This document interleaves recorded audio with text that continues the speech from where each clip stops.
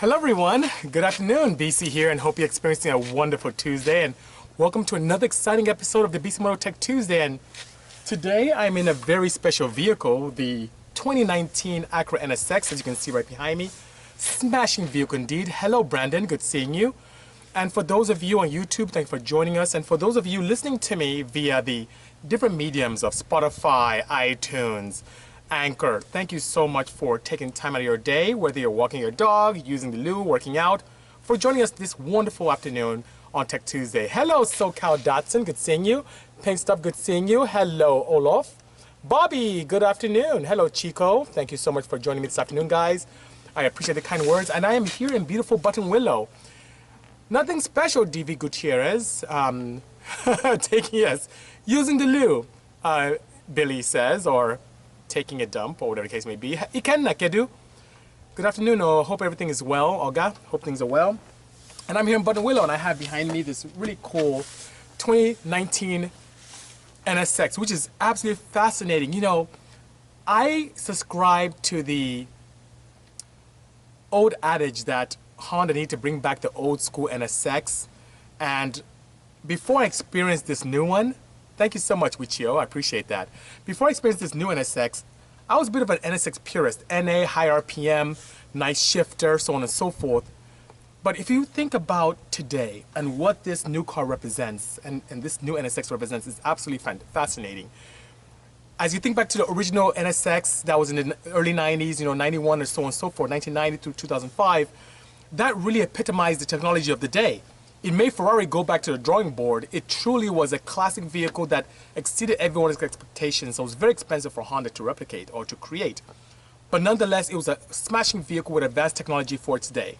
Well, fast forward to today, this NSX epitomizes today's technology. It gives you, for Varick, absolutely. Hello, Jen Vinstone from Netherlands. Thanks for joining us. But as I was mentioning with the new NSX, after driving it, it's like a Ferrari and a Tesla had a baby, which is pretty crazy. Hello, Nightmare from Texas. You want to talk Porsche? Okay, Olaf 911, let's talk Porsche. Compared to the current Porsche Turbo 991, 992, I've not driven that yet, this is absolutely spectacular. This would destroy the Porsche 911 Turbo from 0 to 60. The electric motors that propel the front, coupled with an integrated motor assist in the back. This has a 3.5-liter V6 twin turbo. This thing hauls. In race mode, it launches beautifully. It's absolutely fantastic, you know? Oh, thank you so much. I appreciate the kind words in regards to the face cap, you know? Suspension, which is really nice. So there are 4 modes on this. There's the very soft, quiet mode, where the suspension is very soft and very, very comfortable, almost Cadillac-like. Then you have the Sport, which firms the suspension, opens up the exhaust a little bit more. Sport Plus, which stiffens up very nicely. And then Race Mode, which is just bananas. It's like on rails. Compared with the vectoring that comes from factory with this setup, it's absolutely smashing. And for numbers I like, think about it. 573 horsepower to the crank. In addition to that, you have about 470 foot-pounds of torque, or pound-foot of torque. It's fantastic. This is bone stock. It's a bone stock 2019. Very few miles on it, absolutely smashing. The launch mode is fantastic. I wish I could have an opportunity today to take you guys on a journey to explore that. I'll try to reach out to my friends from Acura and see if they'll let me do it here at Buttonwillow. But it's absolutely fantastic. Yes, electronic dampers is what it has, which is really nice. And I am so impressed with this vehicle, I'm considering putting it in my arsenal. It's a really, really advanced vehicle. Gives us the technology of what you'll see in a McLaren P1, or what you see in the Porsche, speaking of Porsches, the 918. Or even the Ferrari Enzo. It gives you that technology in a package that's a lot more financially viable. In other words, more cost effective. So you don't have to spend 7 figures. This car base is about 157,000. And you get the technology of cars that are in 7-figure range, $1 million plus, which is amazing, you know? I know, it's sad, but I like to roll gears as well in Xing, Ray. And I love that connection between man and machine and being able to shift. And now that I've had the opportunity to explore sequentials on the street with my wagon, it's even more exciting. But this multi-speed, I think 7 or 9 speed setup now, it's really cool. The dual clutch is absolutely fantastic. It shifts seamlessly. I could drive it, wifey could drive it. It's very comfortable. So To cruise around town and also go to the track as double duty, this has the opportunity. And you guys may see this, but it has these very nice paddle shifters, which are like, it has this nice aluminum feel to it. It's pretty nice, you know? Yeah, 150K, absolutely. Initially, I know that some going for 220, they're about, but in the mid hundreds, it's a lot of technology for it. And of course, you have the reliability that you come to love and explore with Acura, which is pretty exciting, you know? Of course, Even Genstone. So Johnny, it depends. I'm really impressed with this car, so I have it until about tomorrow. And it goes back to Acura. I'm going to give the people from Acura a call and interact with some of those guys. So here's what you can do for me, Johnny. If you're really interested in seeing me do some magic to this car, shoot me an email at lab@bisimoto.com, lab@bisimoto.com, or you can send me a DM here on Instagram if it's much easier, and let me know that you'd like to see that. You'd like to see me, yeah, I'm in fastest car, Edo, absolutely. Let me know if you'd like to see me do some Bisimoto magic to this, because this car has the potential of being a Godzilla killer. And you guys know what I mean by when I say Godzilla. This has the opportunity. So let me know if you'd like to see it. I'll even put it here in my comments after our interaction today, and I would be more than happy to oblige. I'm sure the guys from Acura would like to see what I could do as well, and I wouldn't mind having one of these in my stable and just going crazy with it. That'd be fantastic, you know? That OG Nemo says, I got my first wheel paddle shifters in the Superlega, and they're not as bad as I always thought they were. Absolutely. So something about experience is fantastic. You can have the opportunity to, I would say, initiate the shift yourself using paddle shifters, or if you want to have the computer, which narrows it down by like 40, I think it's like, I think it's like 40 milliseconds is what this shifts with. It's absolutely fantastic, you know? I know, that'd be so dope, right? I'm a huge advocate of electric motor technology. I love it. I love the opportunities where you can have immediate torque at 1 RPM. That's fantastic. And then combining that with a petrol engine gives the best of both worlds. In quiet mode, this thing is an awesome hybrid. It's quiet, gives great gas mileage, but in race mode, it's a beast. I am so impressed. I used to talk crap about this car, and to answer your question, this is a 2019 Acura NSX, which is fantastic, you know? So if Steve Perez, if you want to see it, shoot me an email, send me a DM, and I'll be more than happy to, you know, if there's interest, I'll make it happen. I'd like to see if there's interest. Acura would like to see if there's interest, and we'll have some things go on indeed, you know? Tanil saying, do you ever do any stuff with vacuum composites? Any advice on trying to develop composite automobile parts? Well, I've had the opportunity to explore things in autoclaves, which is a device that allows you to create and remove air in composite materials, and lends itself to extreme strength and durability. One thing about automotive parts is that, especially in the automotive scene, a lot of what we're accustomed to is not real carbon fiber. It's like a carbon fiber weave that's in very layman's terms, glassed over. So there's a clear glass over carbon fiber weave. The pure carbon fiber, which you may see in aerospace and professional motorsports, is fairly expensive still today, and its use in aftermarket automotive is limited because of the cost. So if you want to develop components for that, that'd be great. If you're focusing more on motorsports, there's a market for it. If you're focusing on aesthetics, today's market, most people don't want to pay much for those high-end composite materials. You may have to follow suit, and to be competitive, also use carbon fiber weave and glass it over as well. So I hope that helps. Can we hear it? Sure, let's see. Let's see if I can make something happen. Hold on for a second.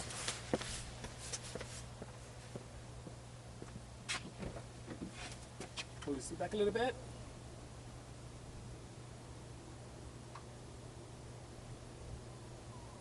Okay. So I'm going to start it up for you.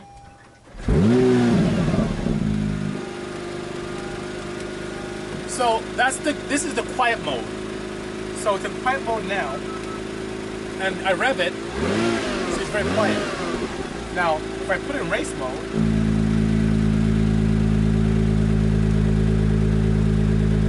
now it's in track mode right now, and we can listen to it.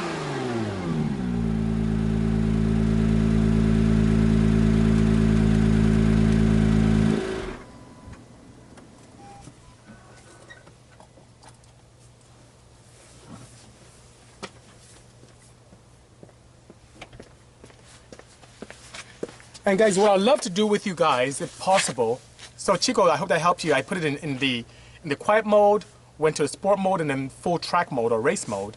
And it won't sound as good as this, what I put up today, which is this GT3 variant of it. But if I get my hands on it, it gives you opportunity to be able to explore it in a very nice, I mean, I would be able to create something that's absolutely spectacular, something that sounds fantastic. So let me know if you're interested in seeing what we can do with this, and I'll make something happen. And it will sound absolutely fantastic. The car I'll compare this closest to would be either the 570 McLaren, just in terms of performance, and call me crazy, the 488 Ferrari. It's almost like the 488 Ferrari and a Tesla had a baby. That's what this is, you know, which is pretty nice, you know? So Tom Pro is asking, hey Bisi, have you ever replaced an air-to-air or air-to-water cooling system with a water methanol setup? I haven't replaced it, so I've augmented it. What I've done with liquid water meth is I've used it in lieu of an air-to-air. I've combined it with air-to-air. I've combined it with liquid-to-air, but I haven't gone the opposite direction. There are many benefits in having an air intake charge that's compressed, and you know, if you go, those of you who are physics majors or engineers, you know that when you compress air, the temperature goes up. It's direct proportional correlation between compression or pressure and also temperature, and of course in a constant environment. So that being said, anything you can do to reduce that intake charge, especially turbocharging, to help give you a more dense mixture, creates more power, makes things a lot more reliable. So water methanol really was developed in the World War II era when good fuel was hard to come across, and water injection was a great way for planes to be able to fly without having to worry about getting access to high octane fuels, which is hard to come by at the time. That technology till today has now trickled its way into automobiles and has helped tremendously, allowing you to run lower octane fuels and being able to have higher boost, more timing, and run higher compression, hence increasing efficiency and power reliably. And there are companies out there that make great systems. I love the AEM water methanol kits because it does have an option, not only for a progressive style injection into the intake, but also has fail-safes built in that allows you to keep things safe, which is pretty nice, you know? Four-banger boy is asking, to make a quiet turbo street car, would it be sensible to use a stock exhaust all the way through and use a 3-inch cutout? Well, a quiet turbo street car won't be quiet if you use a cutout. There are many ways that you could be able to quiet an exhaust out of a turbo system. First, the turbo itself, the turbine is an attenuating device, so it does quiet it a little bit. But being able to use resonators, pulse designs, using a Helmholtz tube, and using also chambered exhaust can keep it quiet without you having to worry about a cutout. The thing with a cutout is that once you open it, it becomes loud. If you want to give the illusion of something that's quiet and have it quiet when in the street, especially with a proper engine management solution that can adjust for AFR, because once you restrict the turbo exhaust, you tend to run much richer. And then when you open the exhaust, you have an opportunity where you run leaner. If you have an engine management solution that can correct for that, or you have a protocol that senses to add or remove fuel based upon opening and closing it, that's okay. That allows you to look stock and have a cutout when you need it. Bear in mind that many municipalities, and now in California, may be a challenge to get away with that. But nonetheless, that is a solution if you do have the proper components for it. Thank you so much, the Lord of Five. Appreciate the kind words. What changed my mind about the NSX, he's asking? Me actually driving it. I have been an NSX purist. NA, high revving, shifting. I love the looks of the original NSX. It looked very classic, hence, but still modern. Never got old. And for the day, it was a supercar that made Ferrari quake in its own boots. And hence, when I saw this hybrid on paper with vectoring and different modes and no shifter and a intercom or a human interface system that was touchscreen, and I'm like, they're killing the purity of the NSX until I drove it. When I drove it yesterday into today, and I will tomorrow, just a few moments in this car totally changed my mind. It made me realize that the essence of the NSX was not the fact that it was a manual gearbox and the fact that it was a high revving NA setup. The essence, the purity of the car was the fact that for its day, it was technologically advanced. Fast forward to today with the new NSX, what is right behind me, that essence still exists. For today's technology, this thing is a supercar that doesn't break the bank. And when I say doesn't break the bank, yes, 157,000 is a pretty penny, but when you compare it to the technology of other cars that exist in this realm, where there's vectoring and composite materials that are advanced, mid-engine, hybrid combined with also petrol. We're talking P1, we're talking 918, we're talking Ferrari Enzo territory. This does that at a price point that's much more appealing. So I like it, you know. Oh, no worries at all.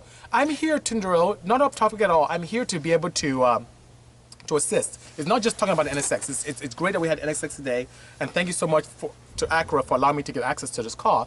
But I'm here to assist with anything technology. I'm just really impressed with the technology of this car. It's just absolutely spectacular. And you know, I see Chispector saying that my DMs are going to blow up. Yeah, I'm okay if it blows up. I want to know if you guys want to see me do a take on this. If you want to see a Bisimoto touch to this car, would it create more appeal to you? Would it create more appeal to your peers? Do you think it will help the market if I develop parts for this to make it even more exciting, to make it more NSX than it already is? Let me know. I'd be more than happy to oblige. And by letting me know that, it shows me what your interests are, and it will make it happen. I'm here to help, you know? Yeah, so I see that Mean Bean is asking about my thoughts on the new exhaust situation. I would love to be able to explore that with you. It's unfortunate. For those of you who don't live in California, or those of you in California who may not be aware, there's a new law that took effect.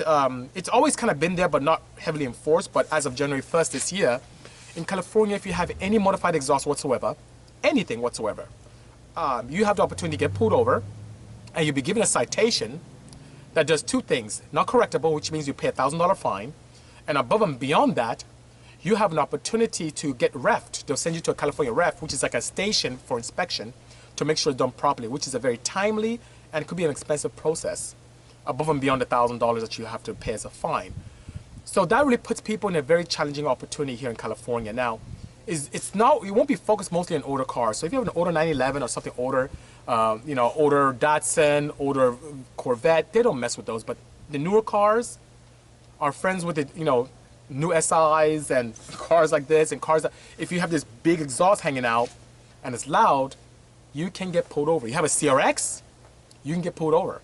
You have a Sentra, you can get pulled over. GTR, you can get a ref ticket at $1,000 fine. So it's really tough on the industry. I would like to contribute and see what I can do to help repeal that, because it doesn't really help, especially since it crosses over to motorcycles, which is very challenging. For motorcycle guys, it's good for them to be loud because they need to be seen. And as enthusiasts, I feel the exhaust notes are like music. We all have different tastes. And taking away the capability of us to have an exhaust note, if it's obnoxious, I get it. But if it's tastefully done and sounds good and can really help look like more of an extension of yourself, I think it's a great opportunity that shouldn't be taken away. So that being said, I'm not a huge advocate of this new thing. Now, what does it do for me as a company that designs exhaust systems? I will be going back to the drawing board. I'll have to create new exhaust systems that could give the power and also not hurt the decibel levels that could get my customers in trouble. So I think it's a good opportunity for many of us builders and designers, but it really sucks for a majority of us, you know? Kappa says, do the NSX. Kappa Timmy, if you'd like to, send me an email at lab@bisimoto.com or a DM. I would love to be able to do that. Tundeosuke is a need to autoclave automobile parts. Well, for those of us who want strength on and off the track and lightweight, yes, there is. I feel that's the case, you know? Oh, D-Work says he wants to stay and watch, but he's currently doing pistons on the Odyssey. Hey, good luck with your build, sir. I love Odysseys. The fact that people are actually modifying that is fantastic. Bisimoto NSX, yes, I'd love to be able to do that. Mahalo to you as well, Tundero, you know? Oh yeah, we just talked about the Obi-Wanza about that. Hello, Dasis. EK9, thank you so much. I know, it sounds good. I appreciate the kind words, guys, you know? Yeah, it does sound, what I'm doing here, through the limited spectrum of what you guys can hear, is nothing. In person, this car sounds awesome. I'm telling you, I may have to get one of these. I really would like to, but if you guys don't care, I won't. If you'd like to see me do some crazy magic to this, let me know. And I promise I won't disappoint, you know? You want to see Bisimoto mode? Yep, I like to do that. That'd be so cool. It'd be so cool if you could have me hold the, there's this nice button, the dynamic mode. If you can hold it for like maybe 10 seconds and the Bisimoto mode comes up. That's a smashing idea. It's something I'd like to explore. That'd be pretty good. Look at me, I'm trying to eat my Hot Wheels here. Yeah, in action, let me see what I can do. I'm here with my friends from Race Pack, and we're filming some stuff. You guys can't see it, but let me see if I can move you guys around here. over there, behind that, you can see my Porsche is back there. So we're doing some testing there on the Bisimoto center seat, the original one that's almost the same color as this NSX. And we're going to also put a module in here and see if we can capture some good data on the NSX as well. And imagine, I have a strong inkling that the race pack data system, the CO2, is going to do extremely well on something as technologically advanced as this NSX. And if it is, imagine, this is Acura's Halo vehicle. If you could do well here, imagine what it can do for your S2000, for your Civic on the racetrack, so on and so forth. So it allows you to have excellent input, whether you want to look at speed, any kind of data that your OBDCs, you can transfer to your phone, you can do track mapping. It has the opportunity to give you, to capture your lap times and predict your lap times as well. Absolutely fantastic. Good evening, Ed and Good from the UK. Good seeing you, you know. Yes, Ron, it does. Who would keep you away? Oh, Toon Garage. I don't know if he's here, but he has an NSX too. And you know, Nemo, you know I'm crazy. If I end up doing one of these, you know I'm going to create some crazy pods. It's going to just be bananas. And Toon will end up being one of my best friends, you know? You want to see it? Then let me know. Saying it here is one thing, but giving the opportunity to get your interest would be fantastic. Email, DM, let me know. And how would I modify all of 911 will say? First of all, I'll get access to the inverter. I want to be able to get a little bit more out of the electric system. Then, there are some restrictions. Honda Acura is extremely conservative when it comes to tuning, which is great. I absolutely love it. So I like to open her up. I like to remove the restrictions on the intake and exhaust and open up a little bit, but still doing that legally without affecting any emissions. Above and beyond that, wheels, I like to go something a little more lightweight. These tires are actually pretty nice. They're the Contact 6, and the Continentals are great, but I like to put some stickier R888s on these and see how she reacts. So suspension-wise, I may leave it alone, but I like to be able to create an additional mode, something that can adjust. For those of you who may have access to the VW Golf R, you have opportunities to create your own unique modes. So I like to be able to create a mode that I feel is ideal and put that as an option for enthusiasts. That way you can move the dynamic knob and go to a Bisimoto mode and something that I feel is ideal for my driving style, which is pretty nice, you know? Oh, I just answered that, Jacob, so I hope that helps. Oh, thank you so much, Irvin Stone. I appreciate that, you know? Oh, back to work, Chico. Well, have a fantastic afternoon. Thanks for joining me, you know? Kappa, I talked about that a little bit a moment ago. I'm missing so many questions, so if I miss it, please let me know as well. Top 5 modifications for beginners, Dajara is asking. Okay, intake, header, exhaust, oils, especially nowadays. Hello, Shell. And I would say suspension. Those are the top 5. Top 5 modifications for beginners. That's the way to go. And that allows you to do things without going inside the engine itself, you know. Dealing R888Rs, absolutely, R888Rs. That R888R compound is what I have on the Porsche over there. And one thing I like about that, it gives me great feedback. It doesn't go away like the earlier compound R888. So I get more laps before it starts feeling a little greasy on me, which is fantastic. And I don't know how they did it. The compound lasts longer. It's really good. So feedback is there without giving up the adhesion. More laps without getting greasy, and it lasts a little bit longer. What's there to hate? It's fantastic, you know? RB or JZ? JZ. Whether it's 1J or 2J, we tend to push those very nicely in stock form without having any challenges whatsoever, you know? What oil did I use before? Puro, quite a few. There are quite a few brands that I've used in the past. Even Torco was one of them, but Puro, I've not seen a compound like that. It's been my oil of choice. I even represent them on my hat and on my race suit, you know? I spin on the track. Let me see if I can get permission, AJ. AJ, I'd love to bring this to one of your events. Let me see what I can do to make that happen. That's so fantastic, you know? Have I had the opportunity to test the new Civic Type R horsepower potential? I'm curious to what horsepower the engine can handle reliably. So JDMJ, that's a great question. The challenge is the fuel system of the Type R is extremely limiting. So when we start getting north of 380 horsepower, sorry about the noise in the background, there's some people testing here. When we get north of 380 wheel horsepower, we run out of fuel pump. And the factory fuel pump is limited in terms of RPM and flow. So until we have an opportunity to retrofit a fuel pump that allows for more flow, or incorporating a port injection setup in the intake manifold, which I know that Radium is working on something and Dream from the UK is working on something now. Until that happens, we have not explored the limitations of the factory setup. Can it do north of 400, 422 wheels reliably? Yes, it can, you know. But fueling is our limitation. Thank you so much. Have a good day as well, Danny Webb. What's the latest on the AW1 project? I hope I'm doing well. I'm just getting components right now and trying to work out a superior engine mounting system. So I think I'm narrowing down what engine I'm going to use in that. Some people will be excited, others may be upset, but it will entertain nonetheless.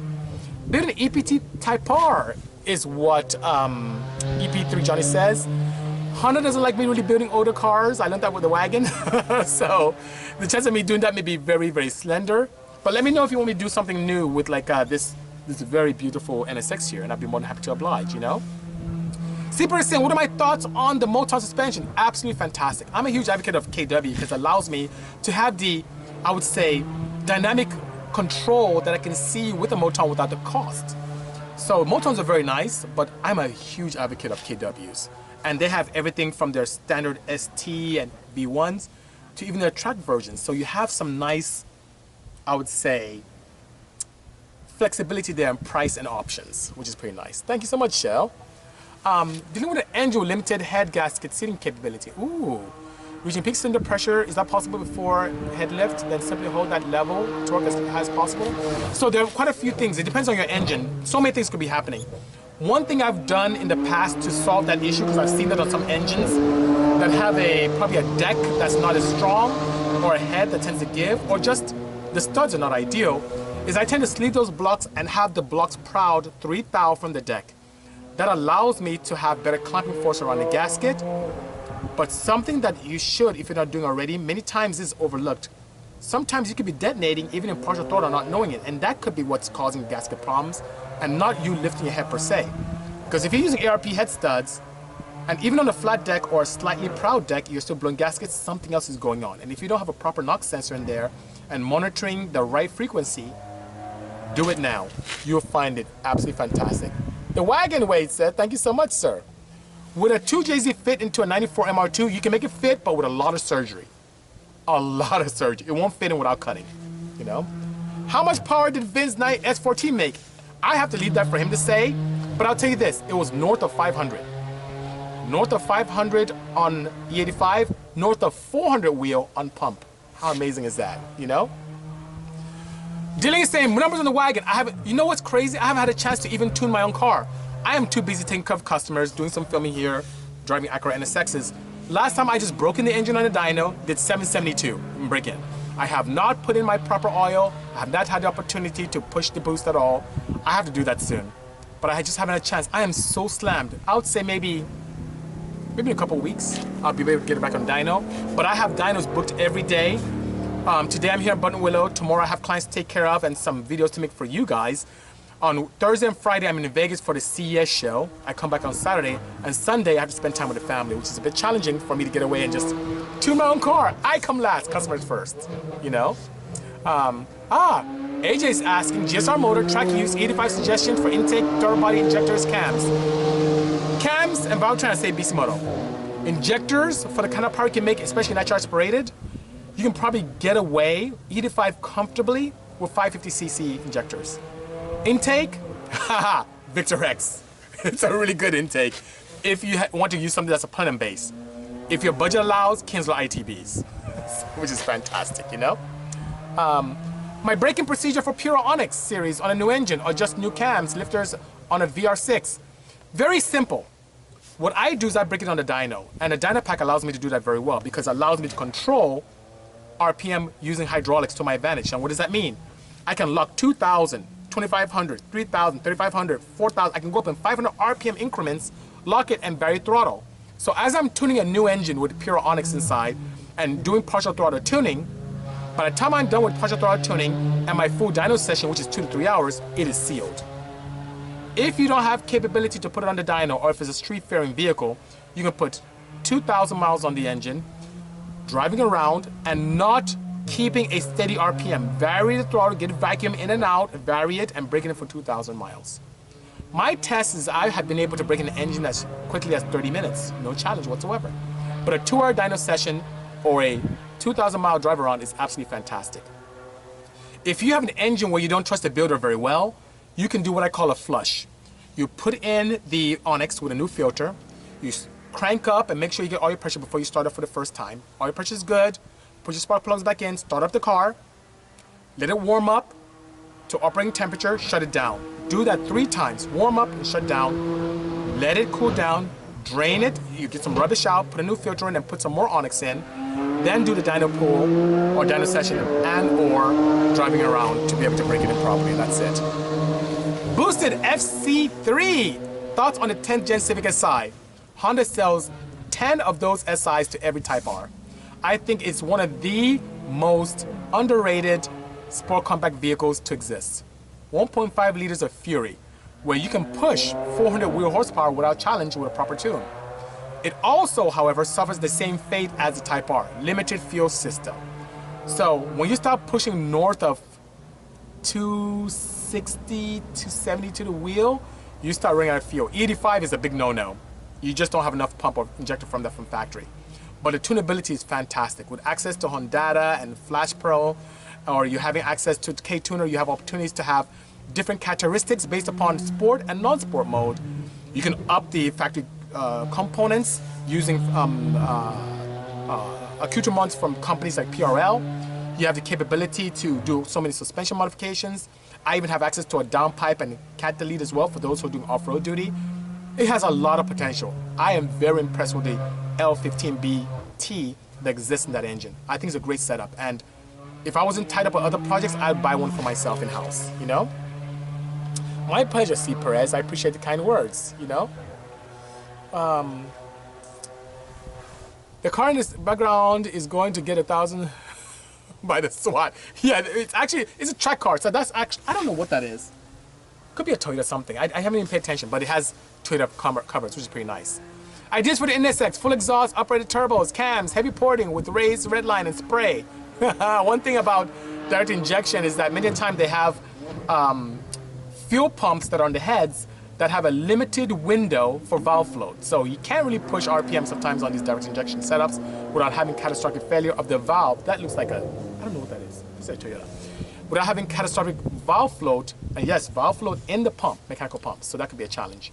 Camshafts depends. I would like to focus more on the, you know, do some cool things with the petrol engine, but have some fun with the EV aspect of it, with the electric motors. That'd be absolutely fantastic. But thanks for the suggestion. Adding good.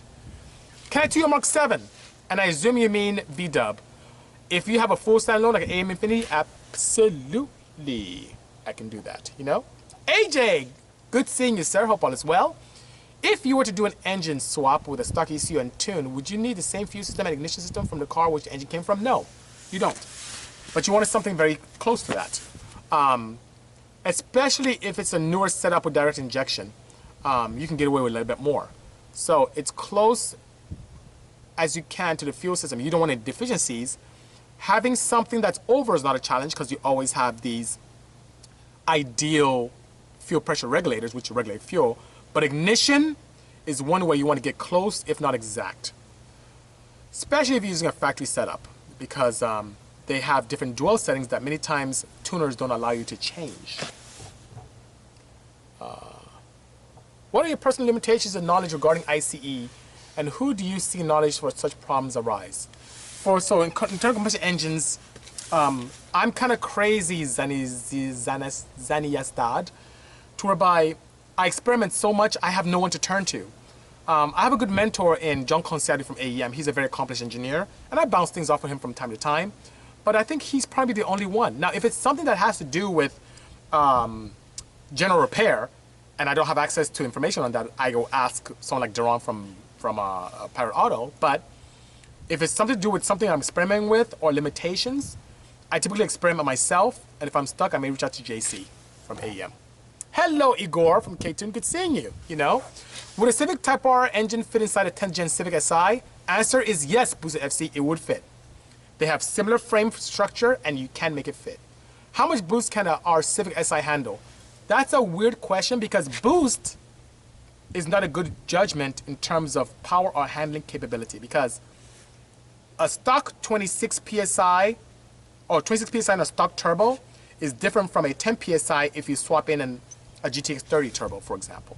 So it depends on the turbo system. horsepower is more better range, something to look at than boost itself. So from what I've seen, because of fuel limitations, when you start going north of 260 to 80, you start getting into fueling problems. And E85 is a big no-no because you just can't flow enough fuel through the factory system until someone comes up with a upgraded fuel injectors, upgraded direct injection pump, or even a port injection addition. It's going to be a bit of a challenge. My pleasure, TL Flame. Nothing special, Linda Mystery. I'm here in beautiful Buttonwillow, California, in a new 2019 NSX, which has blown all my expectations. Are there opportunities for improvement? Of course. I would like to see more power on this. This dash, just the dash console itself is a little bit plasticky, but everything else looks extremely elegant. But the vector, the different modes, dynamic controls, absolutely fantastic. This car exceeded my expectations in every way. And like I mentioned earlier, it's like Ferrari and Tesla had a baby and then came up with this NSX. And it still has the soul of Acura, which is very exciting and extremely reliable. And it sounds really cool. But I want to enhance it. And if you want to see some enhancements from me, let me know. And here's something else. If you want to see a proper review of this, where I just focus on NSX and my own take on a review, let me know as well. I take criticism constructively and I'm here to serve. Let me know what you'd like to see, ladies and gentlemen, you know. My pleasure, Boosted FC, my pleasure indeed. With a 3076R GTX, of course, turbo would be good for my 2015 Evo X. Hell yeah!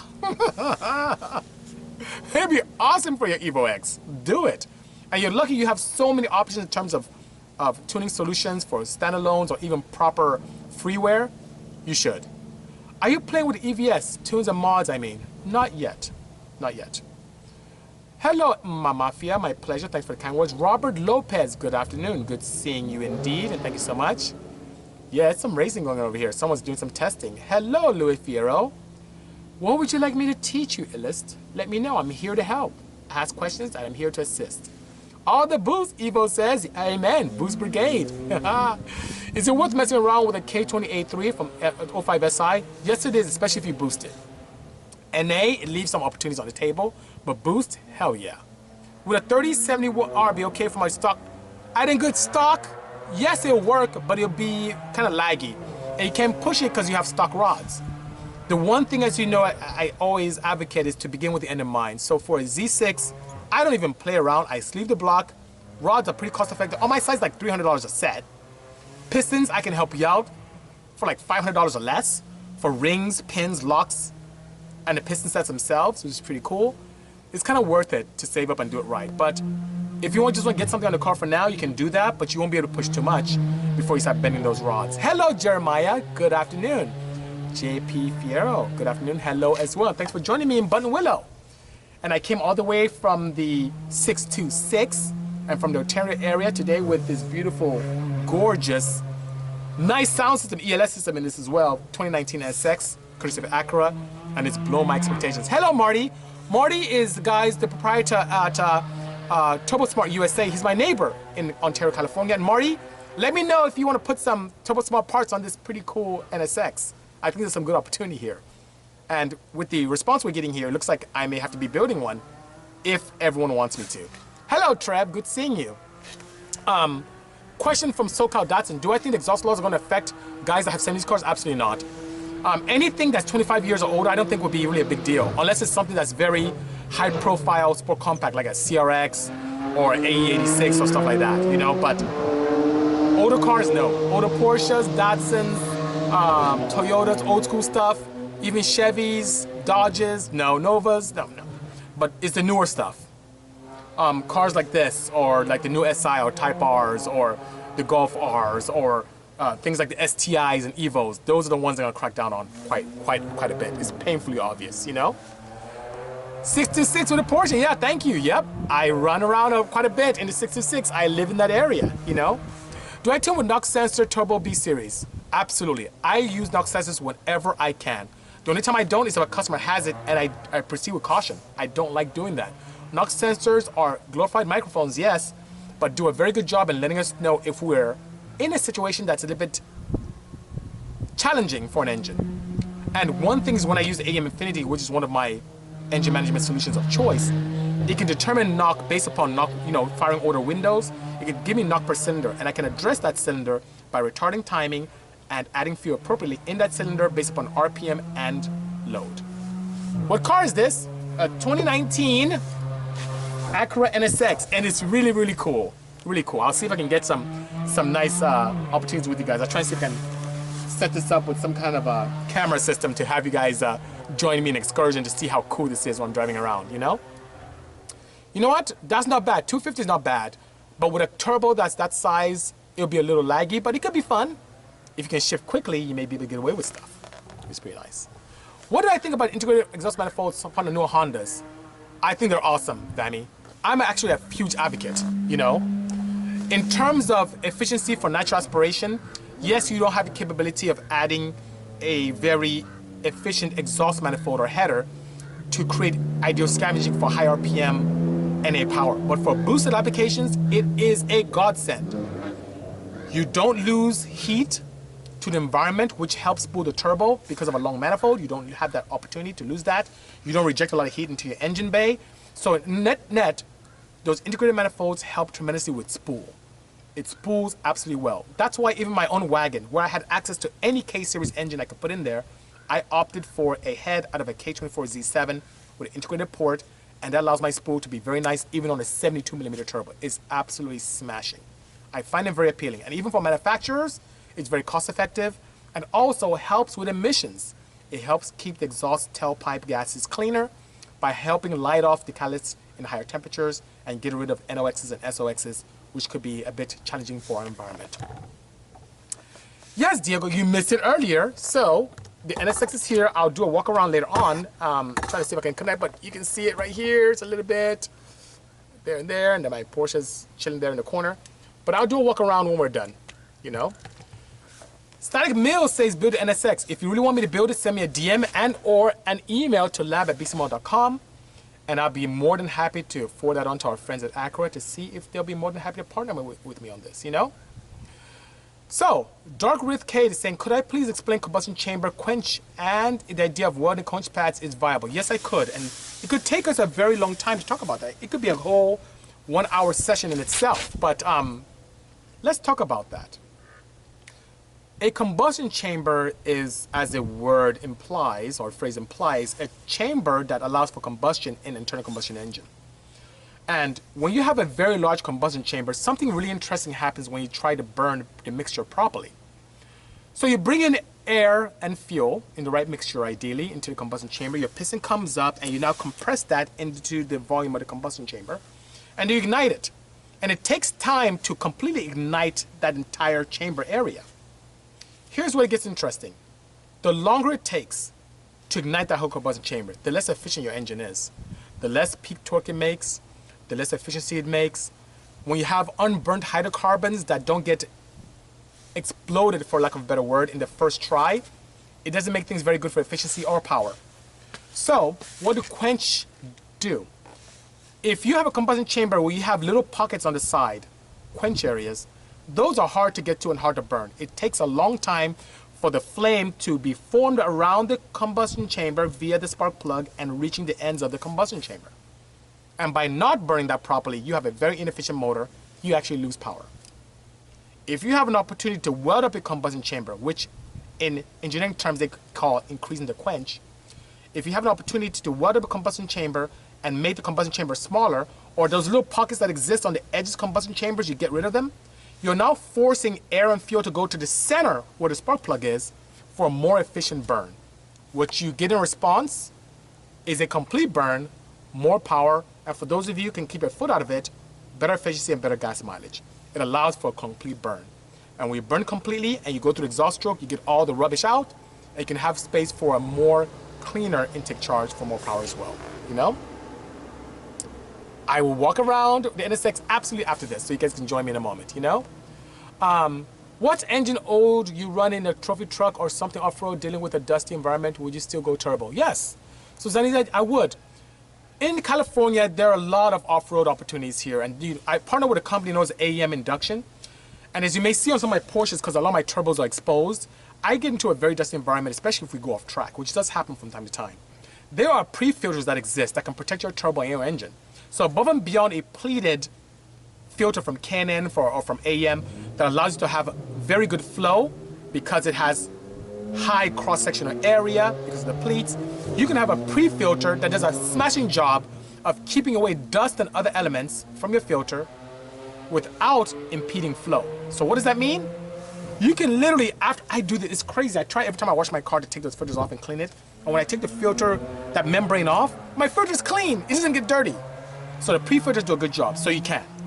But make sure you use a pre-filter from AEM and you'll be good to go, you know? I'd love to meet you as well, Silent Soviet. Haha. Okay, let's see. For Banger Boy, oh, time is flying. I've been looking at intake manifolds for Turbo B series, such as Gato, Skunk, but what would you think is efficient as far as flow? The billet seems to be strong but hyped. So I think the S2 stuff has improved, and I've seen people come to my facility and make good power, but by far, the guys who made the most power in my facility with manifolds have been the Victor X turbos from Edelbrock. I've seen great success with that. And then for the Pro guys, I've seen, and these are street guys I'm talking about, for Pro guys, I've seen Gonigo. That's pretty much what I've used with great success. Especially the large 6-liter ones. Those are pretty crazy. Thank you, Deling. Have a great afternoon. I appreciate the kind words. And thanks for all the hearts, guys. Appreciate that indeed.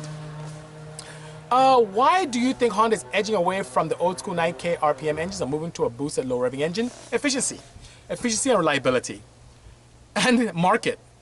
Many of us love the sound and feel of a high revving engine. But most customers, our aunties, uncles, dads, moms, brothers, sisters, never go past 4,000.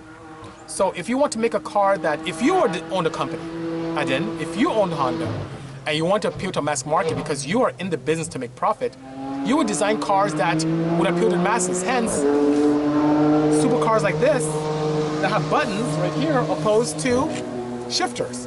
Hence, you have turbocharged engines that are lighter weight, create more power. You get the power and efficiency of a V8 in a lighter package that gives you a lot more power low end. This thing revs to like 7,400. It's the future. It's efficiency, cost, and appeal to a mass market. That's the reason why. And believe it or not, engines that rev lower last much longer. Best basic mod for a Mark IV GTI turbo: intake, exhaust, turbo upgrade, flash.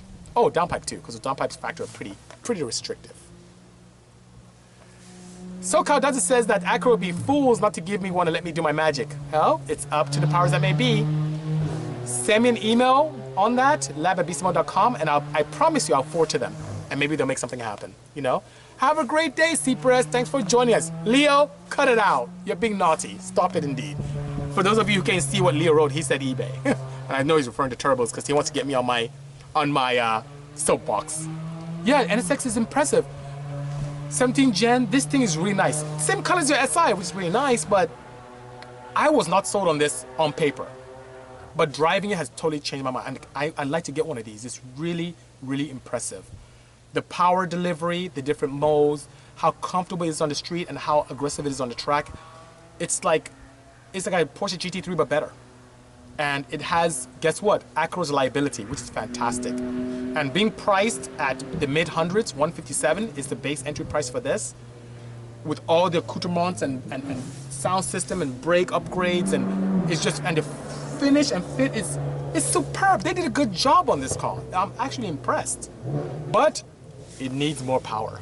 I want to put more power in it. I would love to, but I have to give it back to them stock. But if you'd like to see what I can do with it, let me know, and I'd be more than happy to oblige. My pleasure, Dark White. Thank you so much. How much boost would the D16 Z6 take all stock? It depends on the turbo size. Let me know what turbo you have in mind, and I'll be able to share that with you, you know? I would have a car brand for the Pierce drivers, high revving, lightweight, but great refinement, kind of like a modified Lotus Caterham brand. Well, there's some options out there for you.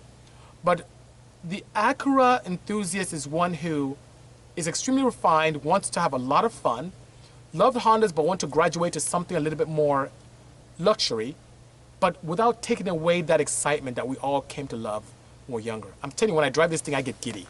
But I hear you, I did good. Absolutely.